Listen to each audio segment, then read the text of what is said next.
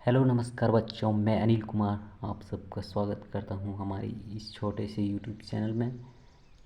तो चलिए आज का वीडियो में आप सबके लिए लेकर आया हूं पॉकेट जीके खान सर के द्वारा लॉन्च किए गए बुक के केमिस्ट्री को इस वीडियो में हम लोग आसानी से याद करने वाले हैं। और आप लोग गारंटी मानिए कि आपके एग्ज़ाम में क्वेश्चन इसी बुक से मिलेंगे, क्योंकि खान सर ने बहुत ही मेहनत से 2 सालों में ये बुक बनाए हैं। अगर आप सब ने अभी तक इस बुक को नहीं ख़रीदा है तो बुक को ज़रूर अपने नज़दीकी स्टोर से जाके ख़रीद लें या ऑनलाइन में ख़रीद के मंगवा लें। ठीक है, तो चलिए आज का वीडियो हम लोग स्टार्ट करते हैं। और आज हम लोग केमिस्ट्री के बारे में कुछ बेसिक नॉलेज जानेंगे। ठीक है बच्चों, तो चलिए वीडियो को स्टार्ट करते हैं।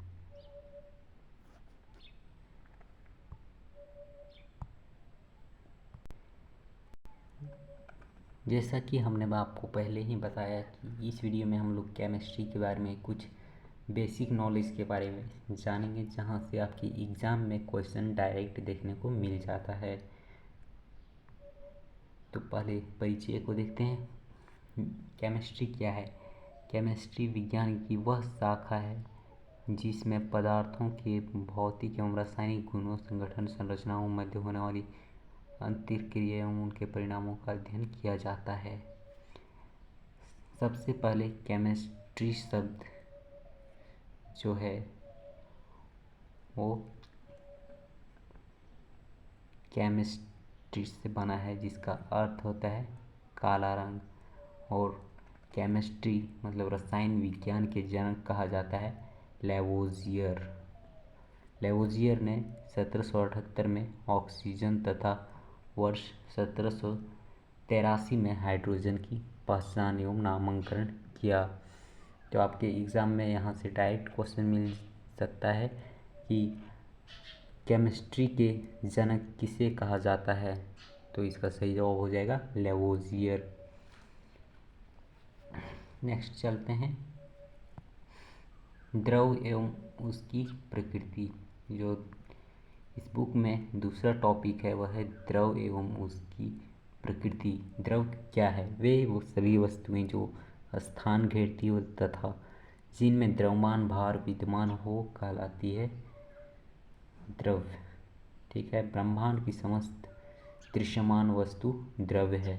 आप जितना भी चीज़ वस्तु ये सब देख सकते हैं वो सब क्या है? वो सब द्रव है। द्रव का वर्गीकरण क्लासिफिकेशन करते हैं।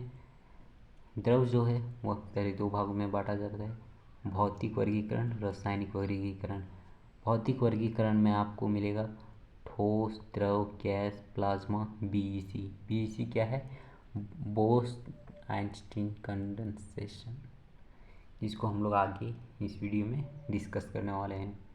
और रासायनिक वर्गीकरण में क्या है? शुद्ध द्रव और मिश्रण। शुद्ध द्रव में भी 2 है, तत्व, यौगिक। और तत्व में हमारा आता है धात्विक, अधात्विक, उपधातु। और यौगिक में कार्बनिक, अकार्बनिक। और मिश्रण में समांगी, विषमांगी मिश्रण। तो टोटल ये जो है इस चार्ट के थ्रू आप लोग मान सकते हैं कि यह एक बेसिक स्ट्रक्चर है केमिस्ट्री का। और बेसिकली केमिस्ट्री में आपको यही सब चीज़ों से मिलके बना है और यही सब पढ़ना है इसके अंदर। भौतिक आधार पर चलिए क्लासिफिकेशन करते हैं। ठोस अवस्था। ठोस अवस्था क्या है? आप लोग बचपन से पढ़ते आ रहे हैं कि ठोस अवस्था वही ऐसी अवस्था है जो कठोर हो, ठीक है, जिसका आकार निश्चित हो और जिसके अंदर अंतर आणविक जो बल है वो बहुत ज़्यादा हो। अंतर आणविक आकर्षण बल जो होता है वो बहुत ज़्यादा हो तो उसको क्या कहते हैं? ठोस कहते हैं। ये एग्जाम्पल जैसे कि पत्थर, लकड़ी, कांच आदि, ये सब ठोस हो जाता है। अब चलते हैं लिक्विड। लिक्विड अवस्था क्या है? लिक्विड स्टेट, इस अवस्था में वस्तु का आकार अनिश्चित किंतु आयतन निश्चित होता है। इसमें जो वस्तु का अवस्था जो है, इसकी आकार अनिश्चित और इसका जो वॉल्यूम है, आयतन है, यह निश्चित रहता है। इसमें जो आकर्षण बल है और ठोस की अपेक्षा कम होता है। और इसका एग्जाम्पल है जल, दूध, तेल, ये सब लिक्विड में आता है। गैसीय अवस्था, थर्ड स्टेट, गैसीय अवस्था। गैसीय अवस्था में वस्तु का आकार एवं आयतन दोनों ही अनिश्चित होते हैं। गैसीय अवस्था में वस्तु का आकार और आयतन दोनों ही अनिश्चित होता है और इसमें आकर्षण बल बहुत ही कम होता है और आंतराणविक स्थान जो रहता है कणों के बीच, वह बहुत ज़्यादा रहता है। एग्जाम्पल ऑक्सीजन हो गया हमारा, वायु, ये सब इसका एग्जाम्पल हो जाएगा। ठीक है, तो यहाँ पर 2-3 इम्पॉर्टेंट एग्जाम्पल है जहाँ से एग्ज़ाम में आपको क्वेश्चन देखने को मिल जाएगा और ये पॉइंट आप लोग ध्यान में जरूर रखें। जल गंधक मतलब सल्फर व फास्फोरस तीनों अवस्थाओं में पाए जाते हैं और जबकि कपूर, औषधर तथा आयोडीन ठोस से सीधे गैस अवस्था में रूपांतरित होने का गुण रखते हैं। और अब नेक्स्ट जो है वह है प्लाज्मा अवस्था, प्लाज्मा स्टेट। इससे पहले आप लोग नीचे कक्षाओं में पढ़े होंगे कि पदार्थ की कितनी अवस्थाएं होती है। तो पदार्थ की 3 अवस्था होती है, पहला ठोस, द्रव, गैस। लेकिन अब आप लोग जान लीजिए पदार्थ का 5 अवस्था होती है।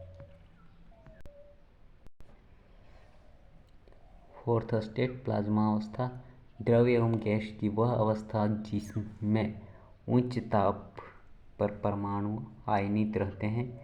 इसमें धनावेशित एसिड तथा ऋणावेशित आयनों की संख्या बराबर होती है। ये अवस्था विद्युत के सुचालक एवं चुंबकीय क्षेत्र से अत्यधिक प्रभावित होती है। यह है प्लाज्मा स्टेट। और लास्ट है बोस-आइंस्टीन कंडेंसेशन, BEC। भारतीय वैज्ञानिक सत्येंद्र बोस ने 1920 में जो है कुछ गणनाएं करके पदार्थ की 5वीं अवस्था की खोज की। फिर अल्बर्ट आइंस्टीन ने इसे बोस-आइंस्टीन कंडेंसेशन नाम दिया। इस अवस्था में किसी गैस को परम शून्य ताप क्या होता है? होता है 0 केल्विन अथवा -273.15 डिग्री सेल्सियस पर ठंडा करने पर परमाणुओं की मुक्त ऊर्जा समाप्त हो जाती है एवं वे संयुग्मित होकर परमाणु के रूप में दृष्टिगत होने लगते हैं। तो यही है बोस-आइंस्टीन कंडेंसेशन। ठीक है, द्रव्यों की भौतिक अवस्थाओं में परिवर्तन, ताप, दाब। नेक्स्ट हमारा टॉपिक है द्रवों की भौतिक अवस्थाओं में परिवर्तन, ताप, दाब तथा ऊर्जा के मध्य से बाह्य बलों के प्रभाव द्वारा द्रव की अवस्थाओं में परिवर्तन किया जा सकता है, जो निम्नवत है। पहला गलन, मेल्टिंग। मेल्टिंग क्या है? मेल्टिंग वह है किसी पदार्थ का ठोस से द्रव अवस्था में परिवर्तन। जिस ताप बिंदु पर गलन प्रक्रिया होती है वह पदार्थ का गलनांक बिंदु कहलाता है। आप लोग सीधे सीधे याद रखिए कि गलन क्या है? गलन है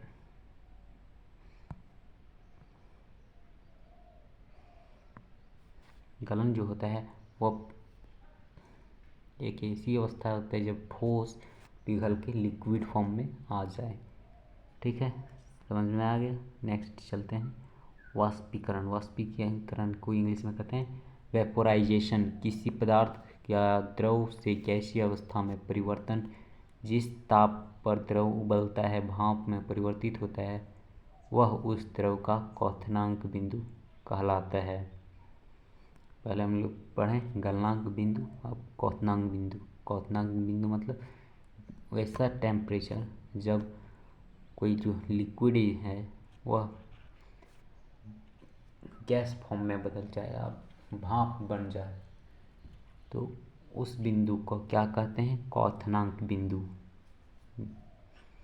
नेक्स्ट है संघनन, कंडेंसेशन। गैसीय अवस्था से द्रव अवस्था में परिवर्तन ये वाष्पीकरण की विपरीत प्रक्रिया है। गैस अवस्था से द्रव अवस्था में परिवर्तन को ही क्या कहते हैं? कंडेंसेशन। और द्रव से गैस क्या कहते हैं? द्रव से गैस वाष्पीकरण। नेक्स्ट है हिमीकरण, जमना, फ्रीजिंग। ये तो इजी है। द्रव अवस्था से ठोस अवस्था में परिवर्तन, ताप जिस पर द्रव जमने लगता है वह हिमांक बिंदु, फ्रीजिंग पॉइंट कहलाता है।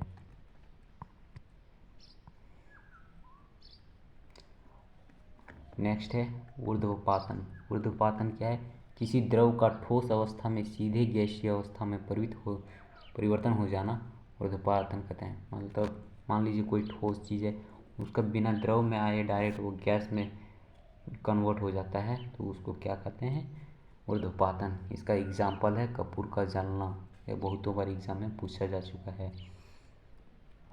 निक्षेपण, डिपोजिशन। किसी द्रव का गैसीय अवस्था में बिना द्रव अवस्था में आए ठोस अवस्था में परिवर्तन हो जाना, इसको निक्षेपण कहते हैं।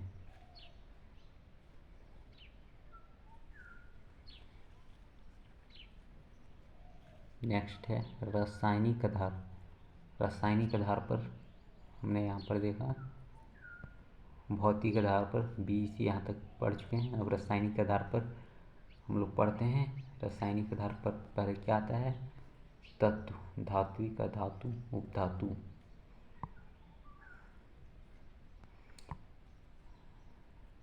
शुद्ध द्रव पदार्थ है ऐसे पदार्थ जिनके मौजूद कणों की एक निश्चित रासायनिक संरचना होती है, उसको क्या कहते हैं? शुद्ध पदार्थ कहते हैं। जैसे लोहा, नमक आदि तत्व। एलिमेंट क्या है? पदार्थ का सरलतम रूप जो समान प्रकार के परमाणुओं से निर्मित होता है। इनके प्रत्येक परमाणु का नाभिकीय आवेश समान होता है। और तत्व एलिमेंट्स की खोज किसने की थी? एल लैवोसियर। तत्व शब्द का सबसे पहले प्रयोग रॉबर्ट बॉयल ने किया था। यह भी एग्जाम में पूछा जा चुका है। तत्व शब्द का सबसे पहले प्रयोग किसने किया था? तो सही जवाब हो जाएगा रॉबर्ट बॉयल ने। जैसे कुछ तत्व का एग्जाम्पल है लोहा, तांबा, aluminium, hydrogen, oxygen, nitrogen, sodium, carbon, graphite, हीरा, प्लेटिनियम, सोना, चांदी, टंगस्टन, यूरेनियम। नोट, अभी तक 118 तत्वों की खोज हो चुकी है। टोटल 118 तत्व की खोज हो चुकी है, जिसमें से 92 जो है यह प्राकृतिक तत्व है। 92 प्राकृतिक तत्व है और वहीं जो बच गए, हमारा कितना बच गया?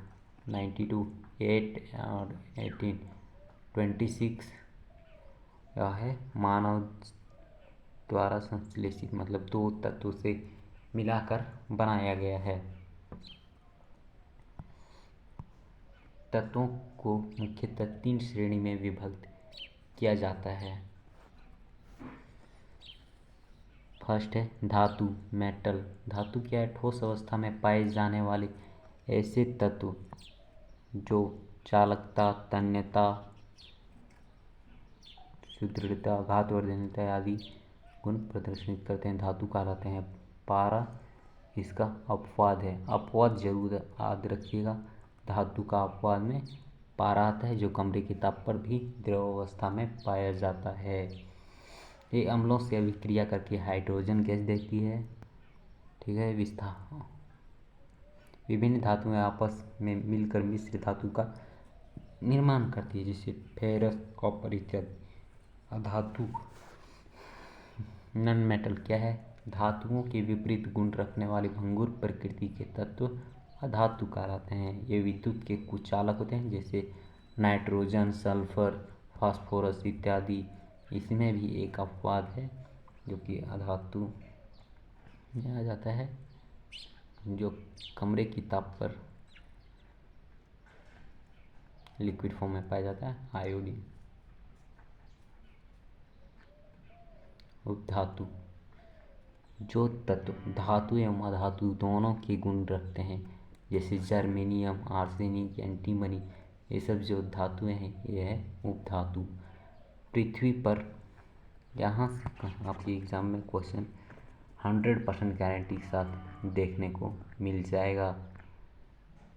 क्या है? पृथ्वी पर सर्वाधिक मात्रा में पाए जाने वाले तत्व। इसका क्रम कई बार पूछ लेता है, कई बार पूछता है कि कौन से तत्व, ऑप्शन में दे देगा कि इनमें से कौन सा तत्व सबसे ज़्यादा पृथ्वी के भूपर पट्टी पर पाया जाता है। इस टाइप का क्वेश्चन आपको देखने को मिल जाएगा।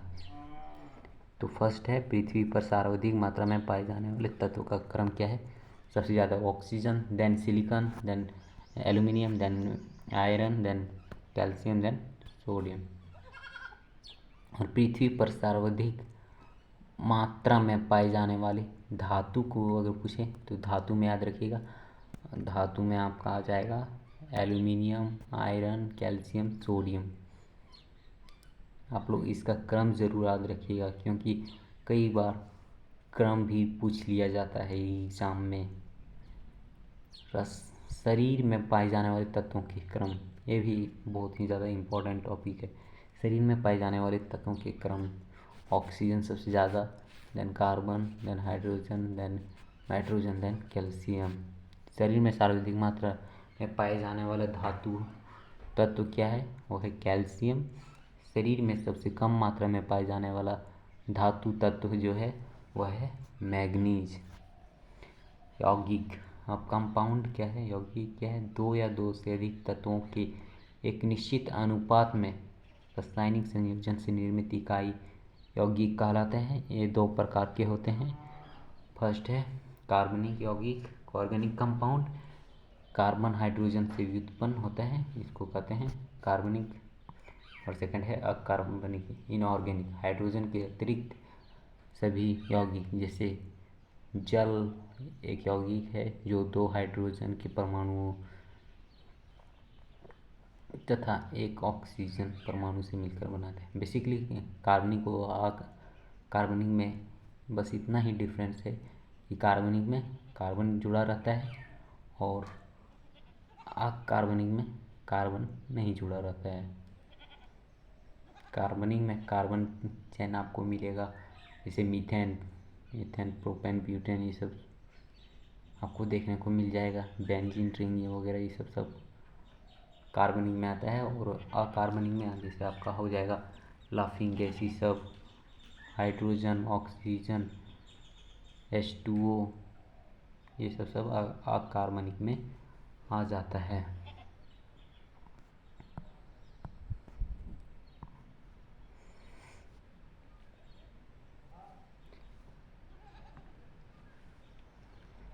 जल के प्रत्येक अणु में हाइड्रोजन व ऑक्सीजन के परमाणुओं का अनुपात सदैव 2:1 होता है। मतलब 2 अणु हाइड्रोजन का रहेगा और 1 अणु ऑक्सीजन का रहेगा जल में।